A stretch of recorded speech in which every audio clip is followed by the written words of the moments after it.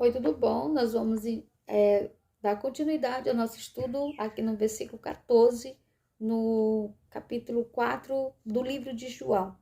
Então, esse é o terceiro vídeo que eu faço sobre essa história, que é muito longa e para o vídeo não ficar muito longo e aí ficar extenso demais, a gente vai cortando e eu não tenho problema com isso não, tá? Então, qualquer coisa você dá uma voltinha aí sobre os dois vídeos anteriores, que tá bastante legal. E é isso aí. Que Deus abençoe você que está chegando agora. Que Deus abençoe você que já está um tempinho comigo. Versículo 14 diz assim: Aquele, porém, que beber da água que eu lhe der, nunca mais terá sede. Pelo contrário, a água que eu lhe der será nele uma fonte a jorrar para a vida eterna. Observe aqui uma situação. Jesus tem um encontro com essa mulher samaritana. A mulher explana sua necessidade, né? O Senhor Jesus está extraindo as informações dela, mas primeiro que Jesus faz, se apresenta como fonte de água viva para essa mulher. Quem conhece essa história vai saber que os samaritanos e os judeus não se davam bem, questões religiosas, questões políticas, questões pessoais, eles não se dão bem, mas Jesus, quando ele sai da Judéia e volta para Galiléia, ele entra em Samaria, na cidade chamada Sicar, e tem um encontro com essa mulher ao meio-dia no poço de Jacó. E ali ele começa a extrair informação daquela mulher, pede água para ela. Alguns dizem que Jesus não estava com sede, mas eu creio que estava, e na sua condição humana ele sentia fome, sede, cansado. E a prova que Jesus em condição humana cansava, porque a própria Bíblia vai dizer no versículo 6 que ele estava cansado da viagem. Então, na sua condição humana, ele pede água, e na sua condição divina, ele vai explorar a sua condição humana para alcançar um objetivo X, que é o coração daquela mulher. E Jesus começa a se apresentar pedindo água, ela diz que não tem como é que pode ele falar com ela, mas aí o Senhor vai explorando mais coisa dela, até chegar ao versículo 4, né? Aquele, porém, que beber da água que eu lhe der, nunca mais terá sede. E eu te faço essa pergunta: você tem permitido que o Senhor sacie a sede do seu espírito? Você tem permitido conhecer mais do Senhor? Ainda diz mais: e a água que eu lhe der será nele uma fonte que jorrará para a vida eterna. Versículo 15 diz: Disse a mulher: Senhor, dá-me dessa água para que eu não mais tenha sede e nem precise vir aqui buscá-lo. Olha a condição humana dessa mulher. Ela estava passando por uma provação muito grande, que era rejeitada por aquele lugar, e a Bíblia vai dizer os motivos dessa rejeição. Então, era muito humilhante sair um pingo do meio-dia, né, numa distância que talvez fosse longa, para ir buscar água para saciar as suas necessidades básicas do dia a dia. Aí, quando o Senhor diz que tem uma fonte, ela diz: pô, me dá dessa fonte, me tira dessa condição, me tira desse sofrimento. Mas ela ainda continuava olhando para o poço de Jacó, a qual ela mesma perguntou: você é maior do que Jacó? Ó, Jacó fez esse poço, bebeu dessa água, os filhos, o gado, todo mundo bebeu. Jacó para nós, é como se ela estivesse dizendo: Jacó para nós é o pai. Ele era o nosso pai espiritual. E Jesus veio dizer: sim, eu sou maior do que ele, e a água que eu tenho, a fonte que eu tenho é maior do que essa.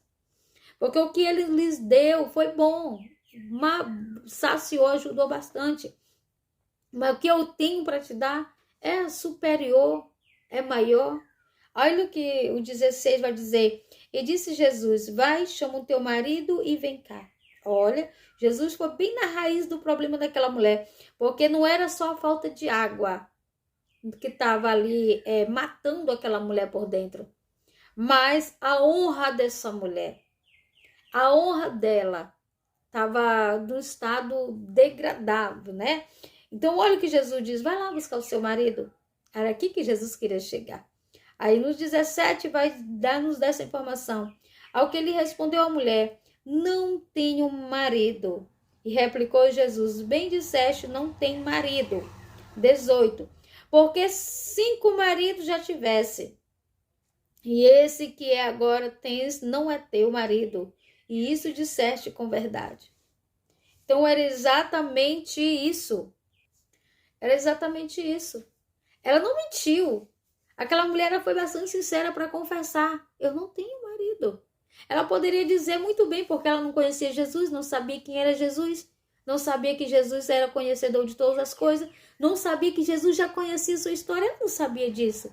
Então ela poderia dizer para ele: sim, senhor, ele está trabalhando, ele não pode atender agora, ele está ocupado. Ela poderia inventar inúmeras desculpas e cairia bem, porque ela não conhecia Jesus. Na consciência dela, ela não estava devendo nada para ninguém, a não ser tudo que ela já estava passando, já estava pagando o alto preço.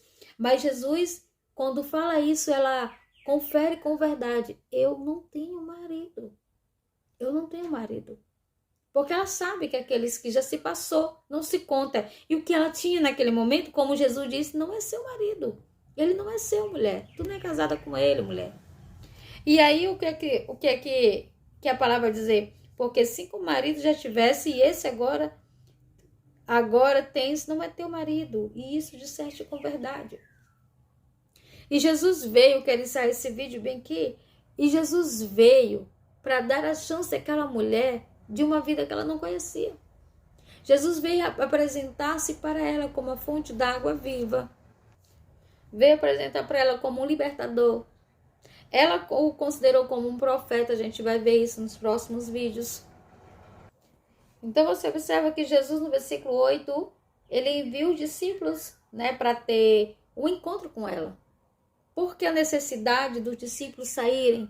Porque os discípulos, na realidade, eles ainda não estavam bem convertidos. Eles já tinham um requisito dentro dele. Eles já tinham coisas que atrapalhavam muito algumas coisas neles próprios. Não no Senhor, mas neles próprios. E Jesus sabia exatamente que ao entrarem nesse carro e verem aquela mulher conversando com Jesus na presença deles, de primeira mão eles iam rejeitar. E às vezes a gente não rejeita o outro só com a fala. Um olhar, um gesto, uma expressão facial diz muito do que nós estamos sentindo. E Jesus sabia que aquele encontro era importante para ela. E que ela já havia sido muito humilhada, rejeitada. Então ela já conhecia exatamente o olhar de alguém, a expressão facial de alguém. Ela já tinha virado uma perita de leitura facial das pessoas. Porque ela já havia sido muito agredida por esses olhares. Então Jesus, às vezes, ele afasta a nossa vida de pessoas que podem prejudicar o nosso encontro com ele. E quando Jesus afasta, não é porque ele é ruim, mas é porque ele quer ter um objetivo. E o objetivo de Jesus nessa vida dessa mulher foi transformar a vida dela, e Jesus fez isso. Então foi necessário Jesus visitar ela na condição que ela se encontrava, venha até mim como tu estás. Foi necessário Jesus tirar pessoas que andavam com ele, para poder conversar com essa mulher, para não haver nenhum impedimento, para não espantar o que ele queria com aquela mulher. E Deus, ele faz exatamente isso comigo e com você. Às vezes, a misericórdia de Deus é alcançada de uma forma que a gente não está esperando. Jesus, às vezes, ele vai até aonde nós estamos, na condição que nós nos encontramos, para ter um encontro conosco e mudar a nossa vida. Amém? Que Deus abençoe em nome de Jesus.